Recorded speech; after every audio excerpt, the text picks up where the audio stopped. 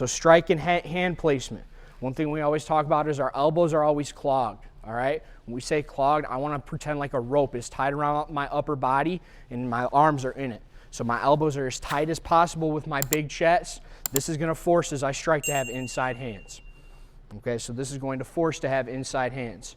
Okay, the next thing we'll talk about is hands are always low and in front. All right, so they're low and in front arm blasters. I used to be a big strength and conditioning guy. Then I got married and discovered beer and Little Caesars Pizza in Jacksonville, Illinois. So I got a little out of shape. But an arm blaster, when you're doing bicep curls, you put your arms in, they force you to tuck your arms. It's the same thing. So as I come out of my stance, my arms are low and in front. I've got my arm blaster on that's forcing my elbows in front as I clog them. Okay, we always talk about striking on the rise. Bob Wiley used to always say pad level and demeanor is about separating the upper body from the lower body, and that's what we're trying to do on the D lineman. We're trying to take his upper body and pry it up on our punch. Okay, and then we always talk about backside hand. No matter what the block is run game wise, your backside hand is going to steer the ship. Okay, so if I have to scoop off a 2-eye on the backside of inside zone, my backside hand, if I make contact with that first, is going to steer the ship. So here's how we drill hand placement. The first thing is strike on the rise. So we'll just do simple 6-point explosion drill. I should see you bring your hips forward on your punch. You should shock this guy, and then you should land on your stomach. Here we go. 55 does a pretty good job here. I'd like to see him keep his elbows tucked as he explodes up. My hips should be the first thing that moves as I go through. Then we'll progress it. We'll go 4-point. Now, if I look at 76 here, this is not a good rep. My hips aren't pushing through. I'm just placing my hands on somebody. My hips aren't going through. So I have no power behind my punch. If I watch 63, he's a freshman right now. He's going to be pretty good. This is a much better rep. From there, we'll get on a lev sled. So now, once again, we let our guys pick between a 3-point and a 2-point. So now, their hands in the dirt, they're stepping to a lev sled, and I'm just watching their hips come through on their punch, and I'm just working on punching on the rise. So pre-snap front identification, and this bases everything for us, whether it's our protection, any of our run game. Our pre-snap front identification is huge with us. You know, Bob Wiley said communication is 80% of the game. All right. One thing you probably, if you asked any of the offensive linemen, running backs, tight ends, anything, if we all tell the same lie, we can't be wrong. If we all tell the same lie, we can't be wrong. So we identify it as 3 fronts. Okay. No matter what the defense does, there's going to be a base 3 fronts that they're going to line up in. An odd, which is 3 down, an even, which is 4 down, and then a bear, which is everyone on the offensive line is covered. From there, you know, you can get into it, obviously an over front or an under front. You can get into an okie or a tight, things like that, but it's still an odd, even, or bear. Okay, so how we communicate that, our center is going to read from guard to guard. The guards will come up, they will give the center the technique. So if I'm a right guard and someone's playing over my outside shoulder, he's going to say, hey, 3-3-3. The backside guard will say, hey, 2-eye, 2-eye, 2-eye. From there, the center looks, no one's over him. Now we can make our front call. So here we've got a picture of it. This right here is an even front. We've got 2 guys inside on the guards. We've got a 3 and a 2-eye. The center will walk up. Hey, even, even, even. Then we can get set, get our signal, go from there.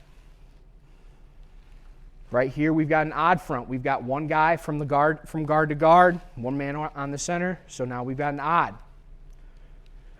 Now we've got a bear, 3 or more. So a bear is 3. We consider a bear 3 or more. So everybody's covered now. You're probably going to play with 2 DNs.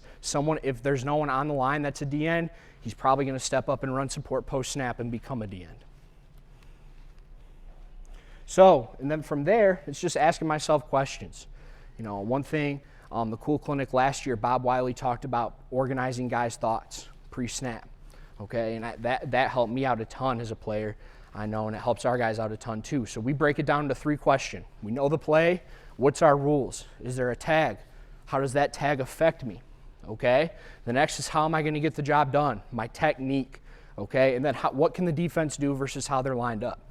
All right. Based on how a defense is lined up, they're only going to do a few things. You know, they're probably not going to gap exchange a linebacker playing a 10 on a guard and a loose 5 end. We know that when we come up. So now into zone scheme. So why zone scheme? I'm a firm believer it's just simple. It allows the guys to play fast. It's very, very simple. All it comes down to is what's my gap? Am I covered or am I uncovered? Is there someone in the gap that I'm supposed to block? If not, all right, what am I doing from there? Okay. Coach Leto talked about double teams. All right, it gives us the ability to get 2 guys on 1 on multiple spots down the line and sets clear tracks up to linebackers. For us, it's a personnel fitter. We don't have road graders right now, at least, but it's, it's a personnel fitter, like I said, and then it allows us to have one play many ways. We've got, we ran 2 plays this year primarily, inside zone and outside zone. I think when we looked at we looked at our breakdowns, we ran counter 4 times. We ran pin and pull once. It was atrocious. It made me want to throw up. So it's just one play many ways. We can add so many different tags, which you guys will see as we show film. We can bring a tight end, have him what we call otter motion back into the box, and then slice. He can lead up, so now we're running zone ISO. He can bluff and run zone lead. So there's a ton of different stuff we can do with that. So our rules and objectives. Our objectives, inside zone's an A-gap to A-gap run play for us. Now, we do give the running back full-fledged if he sees a hole to hit it, but he's always going to start his aiming point is down the hash, and he's going to read the center's combo. So if we're on a hash, he knows I got to set my belt buckle up down that hash, and I'm just going to read the butt of the center. Our goal is we want to displace the D-line vertically and then laterally. Lateral displacement is just as good as vertical displacement. So we're trying to displace them vertically and then laterally. All right, our hips stay square until they can't. And that's one thing our O-line struggled with this spring. They stay square until they can't. Okay, so I'm trying to keep my hips facing the end zone. All right, so we can pick up movement games. We can define rush lanes for the running back, give him 2-way goes on everything. All right, and then doubles are 2v2, and communication is key. You have to know when you have help. If I have a combo inside of me, chances are, if I'm a play side tackle, it's an even front. I know the play side guard and the center are going to double team together. I don't have much help. So if there's one thing I can't do, don't let that guy beat him inside of you. Go ahead, Coach. How do you define your O-line and stay square? So when we talk, and that's when we talk about steps, the wider that guy is, if I'm covered, if I stay square, the harder it's going to be to get to my aiming point. So say I'm a guard, our base splits are 3 feet. Okay, so if I'm a guard and I have a 4-eye, well, I'm covered. There's someone in my gap. If I stay square on that, it's going to be a lot harder for me to get to my aiming point. So now I can open up my hips a little bit. Plus a 4-eye, it's going to be a lot harder for him to travel and long stick to that A gap. Does that kind of make sense? Yeah. Now if we're talking a double on inside zone, so you get that big nice block that we all see with a 3 and a 1 or a 2-eye, and you're carrying that double up to linebacker level, how are you teaching Cam in relation to the peeling linebacker? Mm-hmm. So our doubles, like I said, are 2v2. So we don't know which guy's coming off pre-snap. That linebacker is always going to flow to where the running back is. He's going to get his initial read, and then he's flowing to where the running back's going to be. So it might be the post man, which we'll talk about in a minute. It might be the drive man. It's 4 eyes, 2 hands. 4 eyes on the down line, the linebacker, 2 hands on the down lineman. We can't tell where that linebacker is going to go post snap. So we'll from there, it just kind of depends on how we come off on that.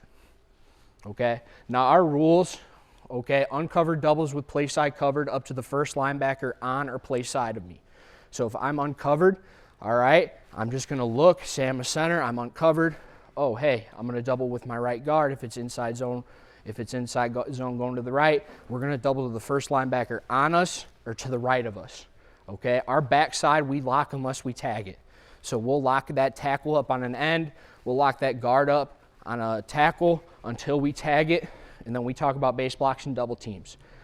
Tight ends for us, they're always going to be a part of the concept unless we tag it. So if we tag you, we can tag you and put you on a split zone look.